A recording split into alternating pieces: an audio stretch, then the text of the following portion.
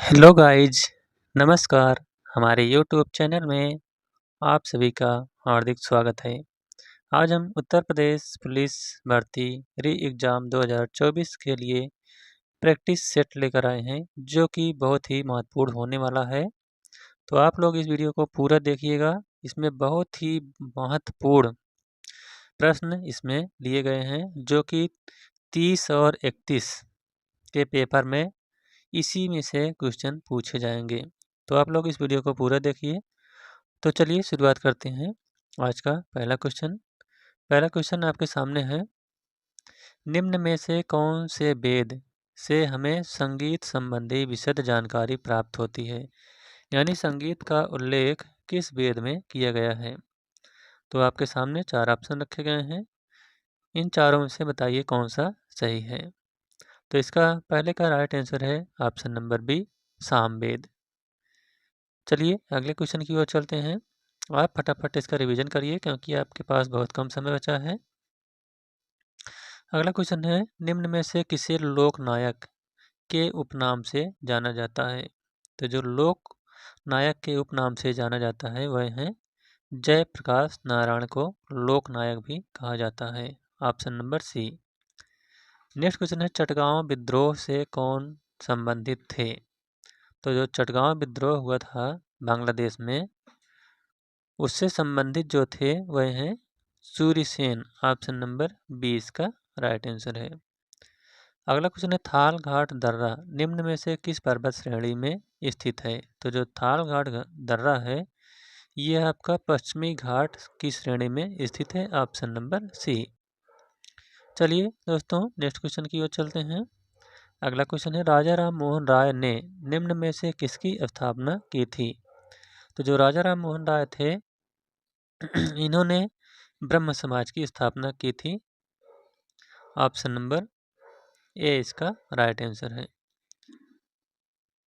Next question, पर्यावरण मित्र ईंधन गैसोहाल किसके मिश्रण से बनता है? तो जो गैसोहाल है यह आपका पेट्रोल और इथेनॉल के मिश्रण से बनता है। ऑप्शन नंबर ए। अगला क्वेश्चन, किसी वस्तु पर इको मार्क चिन्ह दर्शाता है? तो जो इको मार्क होता है यह आपका पर्यावरण की दृष्टि से अनुकूल है कि नहीं है, वही इको मार्क दर्शाता है। यानी ऑप्शन नंबर ए इसका राइट आंसर है। अगला क्वेश्चन है, प्रोटेस्टेंट आंदोलन के प्रवर्तक निम्न में से कौन थे? तो जो प्रोटेस्टेंट आंदोलन हुआ था इसके जो प्रवर्तक थे वह हैं Martin Luther. Option number C. Next question, Bharat का राष्ट्रीय जलीय जीव क्या है? तो जो भारत का राष्ट्रीय जलीय जीव है वह है डॉल्फिन। ऑप्शन नंबर ए। चलिए अगले क्वेश्चन की ओर चलते हैं। अगला क्वेश्चन आपके सामने है, पश्चिम मध्य रेलवे का मुख्यालय कहाँ स्थित है? तो जो पश्चिम रेलवे का मुख्यालय है यह आपका जबलपुर में स्थित है। Option number B. अगला क्वेश्चन, खानवा का युद्ध किसके बीच लड़ा गया था? तो जो खानवा का युद्ध है यह बाबर और राणा सांगा के बीच लड़ा गया था। ऑप्शन नंबर बी इसका राइट आंसर है। नेक्स्ट क्वेश्चन है, सती प्रथा का अंत किस गवर्नर जनरल के कार्यकाल में हुआ था? तो जो सती प्रथा का अंत हुआ था यह लॉर्ड विलियम बेंटिंग के कार्यकाल में हुआ था। यानी ऑप्शन नंबर बी इसका राइट आंसर है। नेक्स्ट क्वेश्चन है, निम्नलिखित में से कौन सा रोग आंखों से संबंधित है? तो इसमें से जो आंखों से संबंधित रोग है वह है आपका मोतियाबिंद, रतौंधी और ट्रोकोमा। यानी ऑप्शन नंबर डी इसका राइट आंसर है, ये सभी। अगला क्वेश्चन है, योजना आयोग के अनुसार ग्रामीण क्षेत्रों में कितनी कैलोरी पोषण प्राप्त न करने वालों को गरीबी रेखा से नीचे माना जाता है? तो 14 का राइट आंसर है option number C. 2400 kilo calorie से नीचे अगर कोई व्यक्ति खाना जो खाता है उसमें अगर मिलता है तो वह गरीबी रेखा से नीचे माना जाता है। और जो शहरी में है वह है 2100 कैलोरी। यानी जो शहर में निवास करते हैं उनके लिए यह कैलोरी मात्रा 2100 कैलोरी रखा गया है और ग्रामीण के लिए 2400। तो इसको आप लोग ध्यान रखिएगा। चलिए नेक्स्ट क्वेश्चन की ओर चलते हैं। अगला क्वेश्चन है, विद्युत सेल में किस प्रकार की ऊर्जा निहित होती है? तो जो विद्युत सेल होता है इसमें रासायनिक ऊर्जा होती है, यानी ऑप्शन नंबर ए इसका राइट आंसर है। अगला क्वेश्चन, किसी कैदी को न्यायालय के समक्ष प्रस्तुत करवाने के लिए निम्न में से कौन सी रिट की आवश्यकता पड़ेगी? तो 16 का राइट आंसर है ऑप्शन नंबर सी, बंदी प्रत्यक्षीकरण की। अगला क्वेश्चन, वायुमंडल की वार्षिक तापमान वृद्धि को क्या कहते हैं? तो 17 का राइट आंसर है option number B, global warming. अगर यह वीडियो आपको पसंद लग रहा हो तो वीडियो को लाइक, शेयर और चैनल को सब्सक्राइब कर लीजिएगा, क्योंकि हम आपके लिए ऐसे ही वीडियो लाते रहते हैं। नेक्स्ट क्वेश्चन है, ग्रेट बैरियर रीफ किस देश में स्थित है? तो जो ग्रेट बैरियर रीफ है यह आपका ऑस्ट्रेलिया में स्थित है, ऑप्शन नंबर बी। अगला क्वेश्चन है, कर्णम मल्लेश्वरी किस खेल से संबंधित हैं? तो जो कर्णम मल्लेश्वरी हैं यह आपकी भारोत्तोलन से संबंधित है, यानी ऑप्शन नंबर बी इसका राइट आंसर है। नेक्स्ट क्वेश्चन है, हीमोग्लोबिन में कौन सा तत्व पाया जाता है? तो जो हीमोग्लोबिन है इसमें लोहा तत्व पाया जाता है, यानी ऑप्शन नंबर ए इसका राइट आंसर है। नेक्स्ट क्वेश्चन, यूनेस्को का मुख्यालय कहाँ स्थित है? तो जो यूनेस्को का मुख्यालय है वह आपका पेरिस में स्थित है, option number B. Next question है, जर्मन सिल्वर किसका मिश्रण है?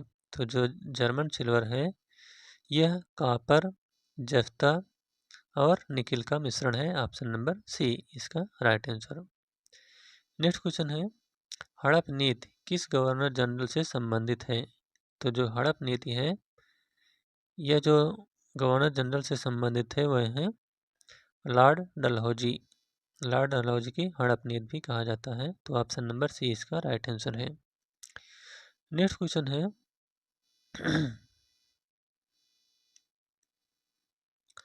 ज्वालामुखी पर्वत माउंट सेंट हेलेंस कहाँ स्थित है? तो जो सेंट हेलेंस ज्वालामुखी है ये आपका संयुक्त राज्य अमेरिका में स्थित है, ऑप्शन नंबर ए इसका राइट आंसर है। अगला क्वेश्चन है, कोलार की खानों से किस धातु का उत्पादन होता है? तो जो कर्नाटक में कोलार की खान है वह आपका सोना धातु के उत्पादन के लिए प्रसिद्ध है, option number A. Next question, Kanishka किस वंश का शासक था? तो जो कनिष्क था यह आपका कुषाण वंश का शासक था, ऑप्शन नंबर सी। अगला क्वेश्चन है, अशोक के अधिकांश शिलालेख किस लिपि में लिखे गए हैं? तो जो अशोक के अधिकांश शिलालेख हैं ये ब्राह्मी लिपि में लिखे गए हैं, ऑप्शन नंबर सी इसका राइट आंसर है। अगला क्वेश्चन है, इंटीग्रेटेड सर्किट यानी आईसी चिप पर किसकी परत होती है? तो जो आईसी चिप पर परत होती है वह होती है सिलिकॉन की, ऑप्शन नंबर सी इसका राइट आंसर है। नेक्स्ट क्वेश्चन है, दिन में समुद्र की ओर से स्थल की ओर आने वाली पवनों को क्या कहते हैं? तो इसका राइट आंसर है आपका, तो जो दिन में समुद्र की ओर से स्थल की ओर जो हवा चलती है उसको सी ब्रीज कहते हैं, यानी ऑप्शन नंबर ए इसका राइट आंसर है। नेक्स्ट क्वेश्चन है, स्पैम शब्द किस खेल से संबंधित है? तो जो स्पैम शब्द है इसका संबंध जो है टेनिस खेल से है, ऑप्शन नंबर सी। ठीक है।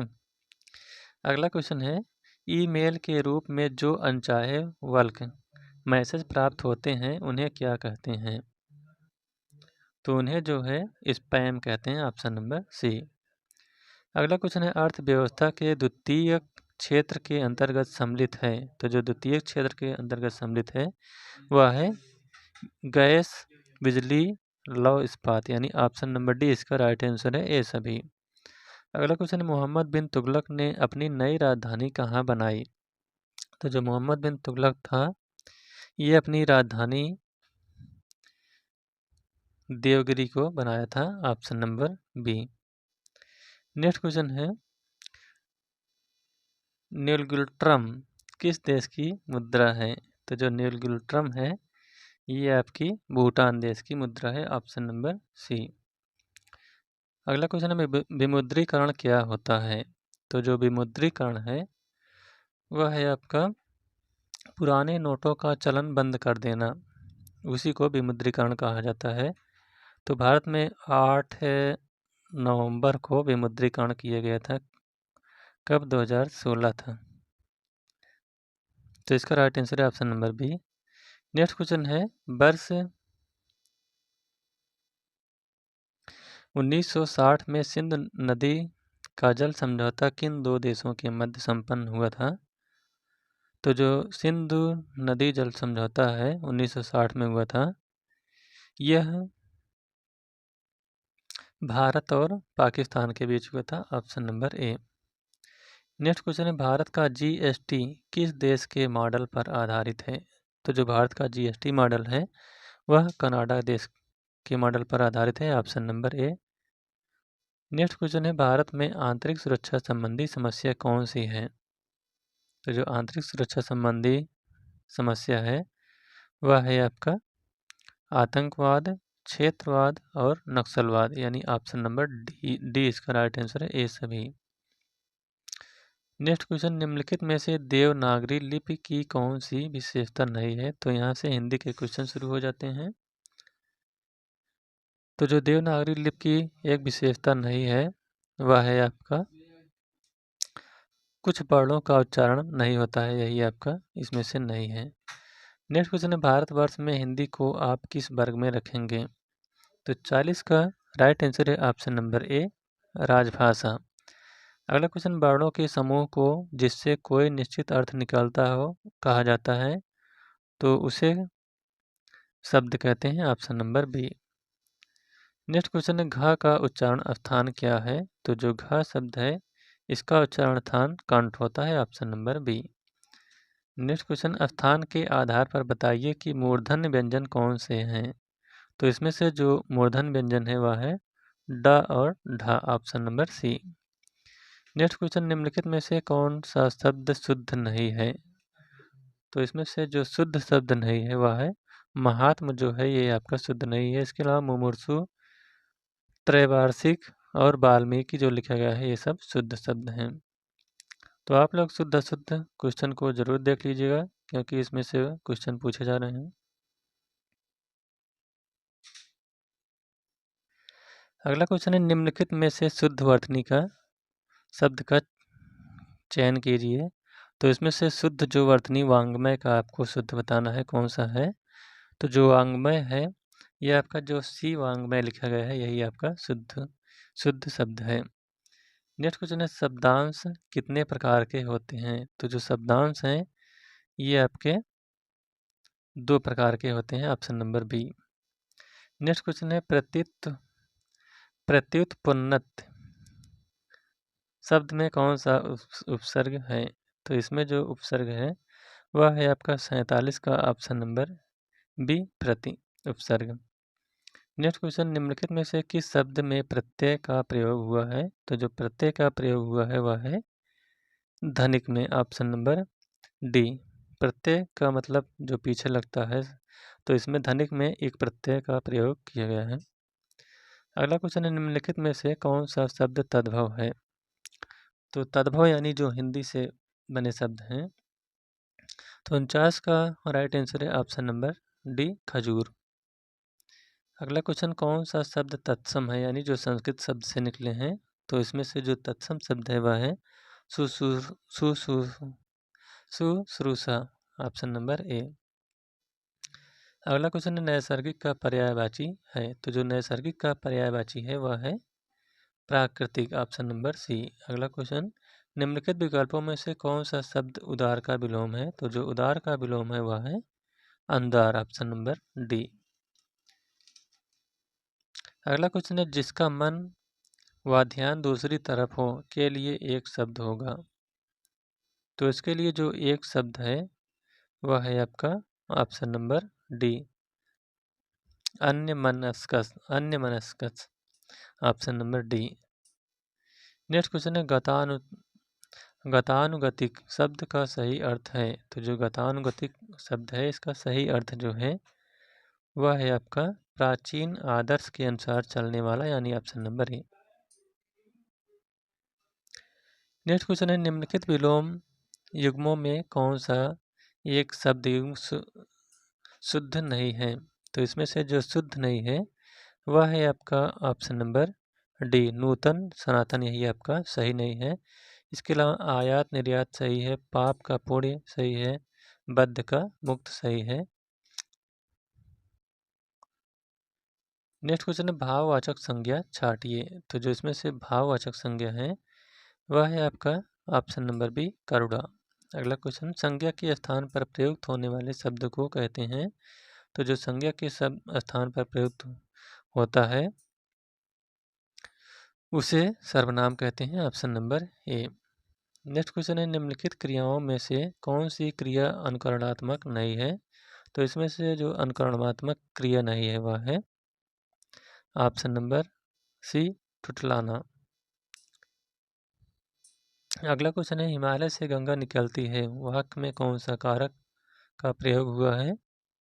तो 59 का राइट आंसर है ऑप्शन नंबर ए, अपादान कारक। नेक्स्ट क्वेश्चन है कौन सा वाक्य शुद्ध है। तो इसमें से जो शुद्ध वाक्य है वह है आपका 60 का ऑप्शन नंबर डी, तुम्हें कल कुछ हो जाए तो मैं कहीं का नहीं रहूँगा, ऑप्शन नंबर डी। अगला क्वेश्चन है नक्कार खाने में तूती की आवाज़ मुहावरे का अभिप्राय है। तो 61 का राइट आंसर है ऑप्शन नंबर डी, समर्थ व्यक्ति के सामने असमर्थ व्यक्ति का प्रभाव नहीं पड़ता। अगला क्वेश्चन है कलेजे पर सांप लौटना मुहावरे का अर्थ है। तो जो कलेजे पर सांप लौटना मुहावरे का सही अर्थ है वह है ईर्ष्या से जल उठना, ऑप्शन नंबर बी। अब यहाँ 63 और 64 क्वेश्चन में आपको एक पंक्ति दिया गया है और इसमें अलंकार बताना है कौन सा अलंकार है। तो क्वेश्चन है हनुमान की पूंछ में लगन न पाई आग, लंका सिगरी जल गई, गए निशाचर भाग। तो इसमें आपको अलंकार बताना है कौन सा अलंकार है। तो इसका राइट आंसर है ऑप्शन नंबर सी, अतिशयोक्त अलंकार। अगला है मोह सम कौन कुटिल खल कामी, इसमें भी आपको अलंकार बताना है कौन सा अलंकार है। तो 64 का सही उत्तर है ऑप्शन नंबर ए, उपमा अलंकार। अगला क्वेश्चन, ठाढ़े हैं नव द्रुम डार गहे, धनु काँधे धरे कर सायक लय। तो इसमें कौन सा छंद आपको बताना है कौन सा छंद है। तो इसमें सवैया छंद है, option number D. Next question है किलक अरे मैं नेह निहारूं, इन दांतों पर मोती वारूं। तो इसमें आपको पंक्तियों में कौन सा रस है आपको बताना है।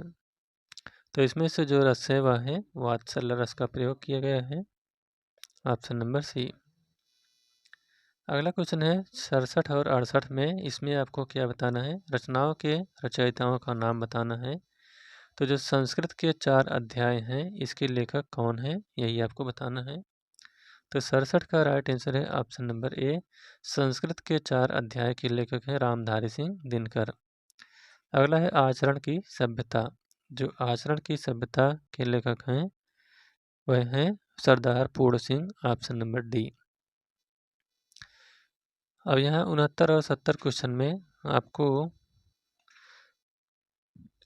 गलत उत्तर को छांटना है कौन सा इसमें से। तो उपर्युक्त वाक्य जो दिया गया है ये वाला क्वेश्चन नहीं पूछा जा रहा है, इसको हम छोड़ देते हैं यहाँ पे। अब यहाँ एक गद्यांश दिया गया है। तो गद्यांश है आप यहाँ से देख लीजिए। मानव जीवन में अवसर का अत्यधिक महत्व है, जो व्यक्ति उचित अवसर को नहीं पहचानता। तो इसको हम बता देते हैं सीधा आपको पकड़ने कैसे इसको सॉल्व करते हैं यानी हल करते हैं। तो आप लोग इस गद्य को एक बार ध्यान से पढ़िएगा। वैसे तो इसमें बहुत सरल पूछे जा रहे हैं, आप इसको गद्य को नहीं पढ़ेंगे सीधा आंसर पर आएंगे यानी क्वेश्चन पर, तब भी यहाँ से इसका उत्तर मिल जाता है। तो चलिए इसका हम सीधे उत्तर यहाँ पर बता देते हैं कौन सा इसका सही है। मानव जीवन में सबसे अधिक महत्व है। तो जो मानव जीवन में सबसे अधिक महत्व है वह है अवसर का, ऑप्शन नंबर डी। इस गद्य के माध्यम से इसमें अवसर को अधिक महत्व दिया गया है। नेक्स्ट है, हमें हमेशा स्मरण रखना चाहिए कि बीता हुआ समय। तो 72 का राइट आंसर है ऑप्शन नंबर ए, कभी लौटकर नहीं आता। अगला क्वेश्चन, जीवन में सफलता का मंत्र है। तो जो जीवन में सफलता का मंत्र है वह है अवसर का सदुपयोग करना। नेक्स्ट क्वेश्चन, वह व्यक्ति लोगों के लिए आदर्श बन जाता है जो। तो जो इसका राइट आंसर है ऑप्शन नंबर ए, जो अवसर को पहचान कर कार्य करता है। अगला क्वेश्चन है, अवसर का लाभ उठाने वाले होते हैं। तो जो अवसर का लाभ उठाने वाले होते हैं वह बुद्धिमान होते हैं, ऑप्शन नंबर सी। तो इस प्रकार से यह प्रैक्टिस पेपर यहीं पर समाप्त होता हुआ। Thank you.